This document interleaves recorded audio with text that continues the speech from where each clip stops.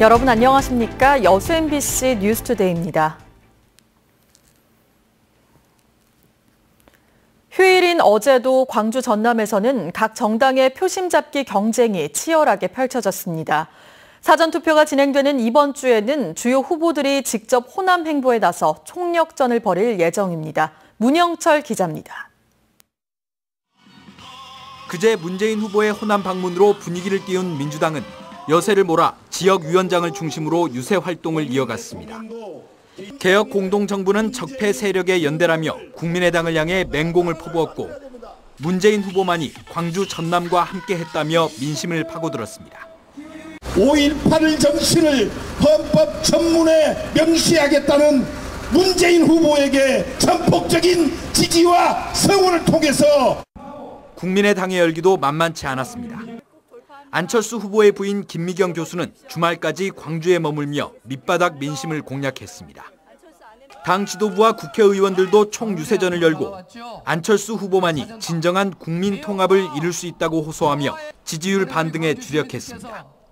정의로운 유권자들의 뜻을 반영해서 대한민국도 훨씬 정의로운 나라로 전진시킬 수 있을 것이다. 저는 이렇게 확실하게 믿습니다. 정의당 전남 선거대책위원회도 강기갑 전 의원과 함께 영암과 목포에서 심상정 후보의 농업 정책을 강조하며 숨은 표심 잡기에 열을 올렸습니다. 유일하게 기호번 정의당 심상정 후보가 농민이 살아야, 농업이 살아야 이 나라가.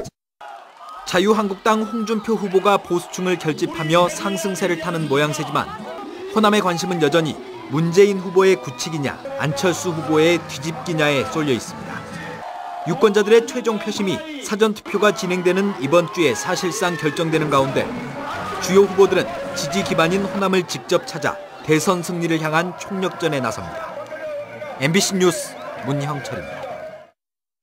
오는 9일 치러지는 제19대 대통령 선거를 앞두고 어제부터 투표용지 인쇄 작업이 시작됐습니다. 중앙선거관리위원회는 투표용지 모형 공고기한과 사전투표 준비 등의 일정을 고려해 어제부터 각 구시군 선관위에서 지정한 업체를 통해 투표용지 인쇄에 들어갔다고 밝혔습니다.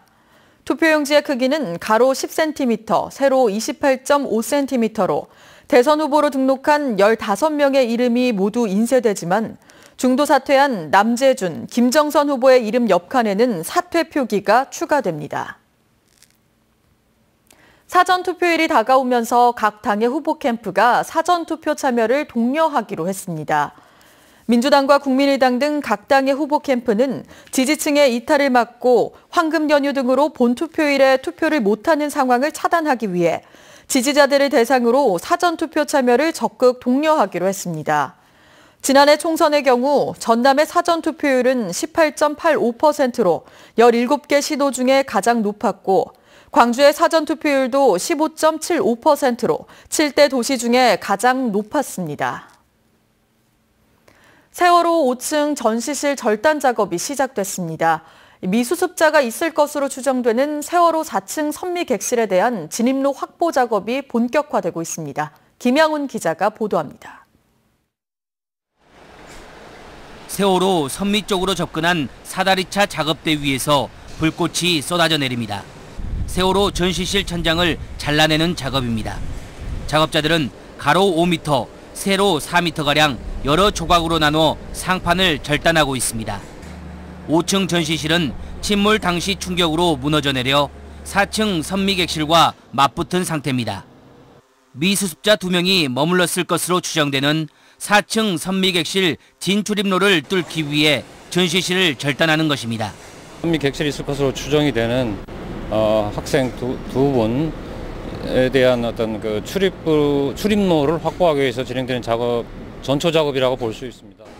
철판을 잘라내는 데는 앞으로 4에서 5일이 더 걸릴 것으로 예상됩니다. 미수습자 수색을 위해 추가 진입로 확보 작업도 추진되고 있습니다. 지금까지 세월호 선체 수색을 위해 뚫은 진입로는 모두 9곳입니다. 수습팀은 진입로를 최소 12곳까지 늘려 미수습자 수색 범위를 확대할 계획입니다. 우연 상판에서 내부로 진입하는 방식이라든지 4층 중간 부분에서 다시 선미 쪽으로 진입하는 다양한 방식을 지금 검토 중에 있습니다. 세월호 선체에 대한 안전성 조사도 진행되고 있습니다. 현재 세월호는 육상에 설치된 받침대 위에 놓여 있을 뿐 안전시설물이 없는 상태입니다. 세월호 현장수습본부는 강풍 등 만일의 사태에 대비해 안전지지대를 설치하는 방안을 검토하고 있습니다. MBC 뉴스 김양훈입니다. 지난주 전남 드래곤즈가 3연승을 하며 중위권으로 뛰어올랐는데요. 광주FC도 선두 전북 현대를 상대로 승리를 거두며 반등의 기회를 얻게 됐습니다. 박재욱 기자입니다. 치열한 공방전이 펼쳐지던 전반 추가 시간. 문전압 혼전 상황에서 흘러나온 볼을 여봉훈이 멋진 발리킥으로 연결시킵니다.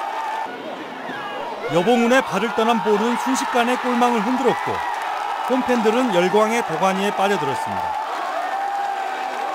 후반에도 광주는 선두 전북과 대등한 경기를 펼쳤고 여봉훈의 골은 결승골로 이어졌습니다. 이 6경기째 계속 무승으로 계속 가다가 오늘 정말 승리할 수 있게 돼서 정말 너무 기쁩니다. 전북 현대를 상대로 창단 이후 처음으로 값진 승리를 거둔 광주FC. 지난달 6경기에서 승리를 챙기지 못해 가라앉았던 팀 분위기도 어제의 승리로 활기를 되찾았습니다.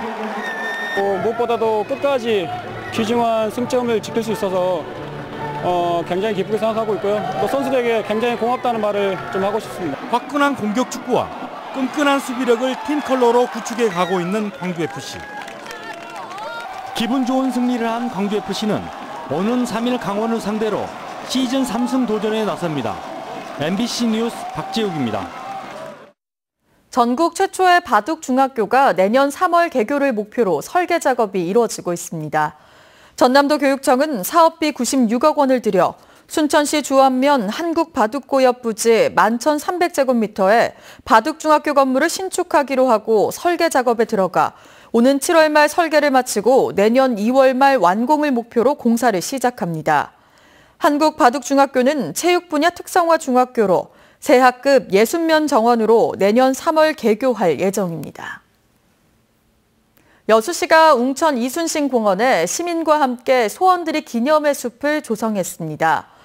여수시는 최근 산림조합, 여수시 공무직 노동조합과 함께 웅천지구 이순신 공원 내 항일운동 기념탑 인근에 동백나무 등 8종 500여 그루의 나무를 식재해 소원들이 기념의 숲을 조성했습니다. 이순신 공원은 여의도 공원 면적의 1.5배 크기로 지난 2008년 조성이 시작돼 여수를 대표하는 상징적인 공원으로 자리 잡고 있습니다.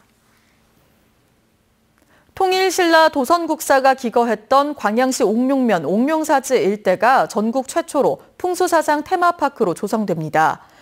광양시는 사업비 140억 원을 들여 옥룡면 추산리 일원 5만 3천여 제곱미터에 풍수사상 수련관 한동과 테마공원 등을 조성할 계획입니다. 광양시는 현재 사업 대상 토지에 대한 보상 협의를 60% 정도 완료했으며 토지 수용을 모두 마치면 풍수사상을 직접 체험할 수 있는 테마파크 공사에 본격적으로 나설 방침입니다. 도내 오존 경보제 대상 지역이 크게 확대됩니다.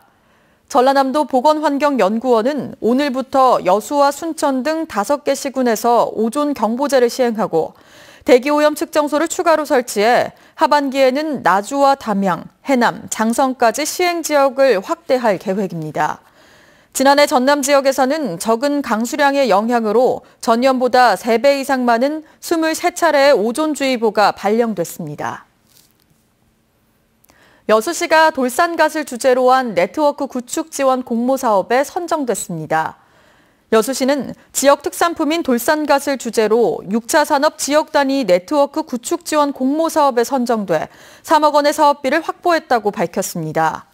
농림축산식품부가 주관하는 6차 산업 지역 단위 네트워크 구축 지원 공모 사업은 농업인과 생산자 단체, 제조, 가공업체, 체험 관광마을 등이 지역 자원을 활용해 공동사업을 펼칠 수 있도록 지원하는 사업입니다.